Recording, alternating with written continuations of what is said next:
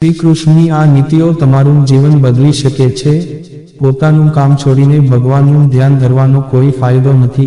કર્મ દ્વારા જ સફળતા પ્રાપ્ત થાય છે. જો તમારે મોટી સફળતા જોઈતી હોય તો યોજના બનાવ્યા વગર કામ શરૂ ન કરો. જ્યારે ભગવાન વિષ્ણુ શ્રી કૃષ્ણના રૂપમાં અવતાર લેવાના હતા, દેવકી અને વાસુદેવ કંસના કેદમાં હતા. કંસએ દેવકી વાસુદેવના 6 સંતાનોને મારી નાખ્યા હતા. જ્યારે બલરામ 7મા બાળક તરીકે દેવકીના ગર્ભમાં આવ્યા ત્યારે ભગવાન વિષ્ણુએ યોગમાયાને કહ્યું કે આ 7મું બાળક દેવકીના ગર્ભમાંથી કાઢી નાખો અને તેમને વાસુદેવની બીજી પત્ની રોહિણીના ગર્ભમાં મૂકો. આ પછી કંસને જાણ કરવામાં આવશે કે 7મી ગર્ભાવસ્થા રહી નથી. યોગમાયાએ પણ એવું જ કર્યું. આ પછી જ્યારે 8મા સંતાનના જન્મનો સમય આવ્યો ત્યારે ભગવાને યોગમાયાને કહ્યું કે હવે મારો અવતાર લેવાનો સમય આવી ગયો છે. જ્યારે મારા અવતારનો જન્મ થશે તે જ સમયે તમે ગોકુળમાં યશોદાના ગર્ભમાંથી જન્મ લેશો. વાસુદેવજી મને કંસના કારાગારમાંથી ગોકુળ લઈ જશે અને તમને કંસના કારાગારમાં લઈ જશે. જ્યારે કંસ 8મા બાળકને મારવા આવશે ત્યારે તમે મુક્ત થશો. ભગવાને બનાવેલી યોજના પ્રમાણે શ્રી કૃષ્ણનો અવતાર થયો હતો. વાર્તાની શિખામણ. આ વાર્તામાં ભગવાને સંદેશ આપ્યો છે કે જ્યારે પણ તમારે કોઈ કામ કરવાનું હોય તો તેમની યોજના બનાવો. જો યોજના સારી હશે તો સફળતા ચોક્કસ મળશે. એવા કામ ન કરો જેના કારણે ખોટા લોકોની શક્તિ વધે. બાલકૃષ્ણ માખણ ચોરવાના કામમાં વ્યસ્ત હતા. આ કારણે ગોકુળવાસીઓ ખૂબ જ નારાજ હતા. એક દિવસ ગામના લોકો નંદ બાબા અને યશોદા પાસે પહોંચ્યા અને કાન્હાની ફરિયાદ કરવા લાગ્યા હતા. નંદ બાબાએ કૃષ્ણને પૂછ્યું કે અમારા ઘરમાં પુષ્કળ માખણ છે ત્યારે તમે માખણ કેમ ચોરી કરો છો? કૃષ્ણએ કહ્યું કે તમે લોકો મહેનતથી દૂધ, દહીં, ઘી, માખણ તૈયાર કરો અને પછી દુષ્ટ કંસને આ વસ્તુઓ કર તરીકે આપો અને તેના કારણે ગામના બાળકોને માખણ મળતું નથી. તમારા કામના કારણે કંસનું બળ સતત વધી રહ્યું છે. જો તમે કંસને કર ચૂકવવાનું બંધ નહીં કરો તો હું તોડફોડ કરતો રહીશ, જેથી આ માખણ કંસ સુધી ન પહોંચે અને ગામના બાળકોને મળી શકે. કથાની શિખામણ. આ કથામાં શ્રી કૃષ્ણએ સંદેશ આપ્યો છે કે આપણે એવા કામ ન કરવા જોઈએ જેનાથી ખોટા લોકોની શક્તિ વધે છે. ખોટા આરોપનો સામનો કરતી વખતે ધીરજ ન ગુમાવો. સત્રાજીત દ્વારકામાં સૂર્ય ભક્ત હતા. સૂર્ય ભગવાને તેમને શ્યામંતક નામનું ચમત્કારિક રત્ન આપ્યું હતું. આ રત્ન દરરોજ 20 તોલા સોનું આપતું હતું.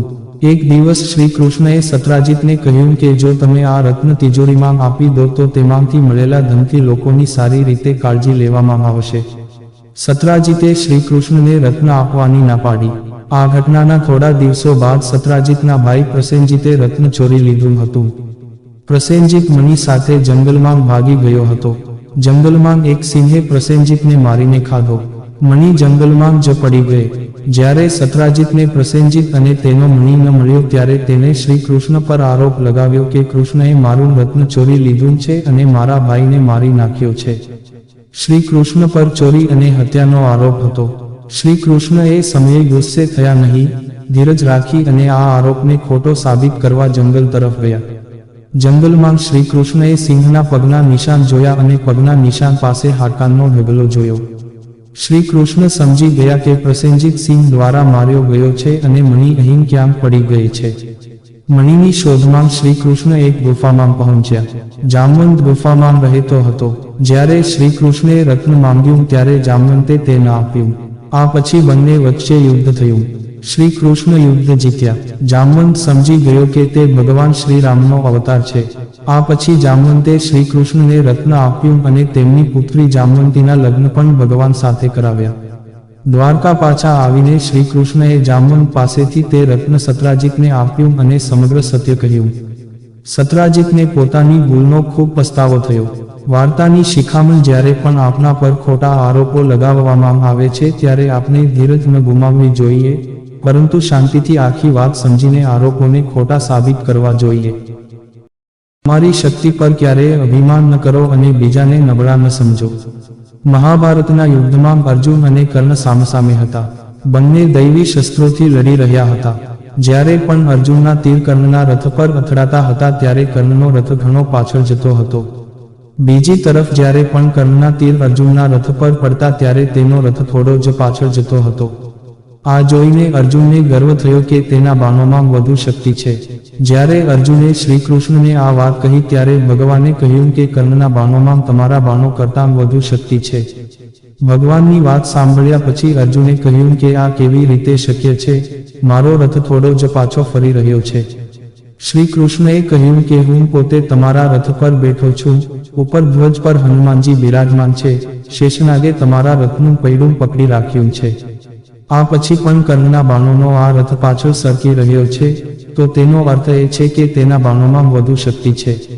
આ સાંભળીને અર્જુનને પોતાની ભૂલનો અહેસાસ થયો અને તેનું અભિમાન તૂટી ગયું. વાર્તા શીખવી. આ વાર્તામાં શ્રી કૃષ્ણએ અર્જુનને શીખવ્યું છે કે ક્યારેય તમારી શક્તિ પર અભિમાન ન કરો અને દુશ્મનને ક્યારેય નબળા ન સમજો. જો મિત્રો તમને અમારો આ વિડીયો પસંદ આવ્યો હોય તો લાઇક શેર સબસ્ક્રાઇબ કરવાનું ભૂલશો નહીં. આવા નવા વિડીયો જોવા માટે અમારી YouTube channel Gujarati Hindi motivational સ્ટોરીને સબસ્ક્રાઇબ કરો. બાજુમાં રહેલ બેલ બટન ક્લિક કરો તેથી તમને અમારા નવા વિડીયોની નોટિફિકેશન મળે. ધન્યવાદ. નોંધ: આ વિડીયોમાં આપેલી કોઈ પણ માહિતીની ચોકસાઈ અથવા વિશ્વસનીયતાની ખાતરી આપવામાં આવતી નથી. આ માહિતી જ્યોતિષ, પંચાંગ, માન્યતાઓ અથવા ધાર્મિક ગ્રંથો જેવા વિવિધ માધ્યમોમાંથી એકત્રિત કરવામાં આવી છે અને તમારી સમક્ષ રજૂ કરવામાં આવી છે. અમારો ઉદ્દેશ્ય માત્ર માહિતી પૂરી પાડવાનો છે. Gujarati Hindi motivational story YouTube channel તેની સત્યતા અને સિદ્ધ હોવાની અધિકૃતતા આપી શકતા નથી. કોઈ પણ રીતે તેનો ઉપયોગ કરતા પહેલા કૃપા કરીને સંબંધિત નિષ્ણાતની સલાહ અચૂક લેવી.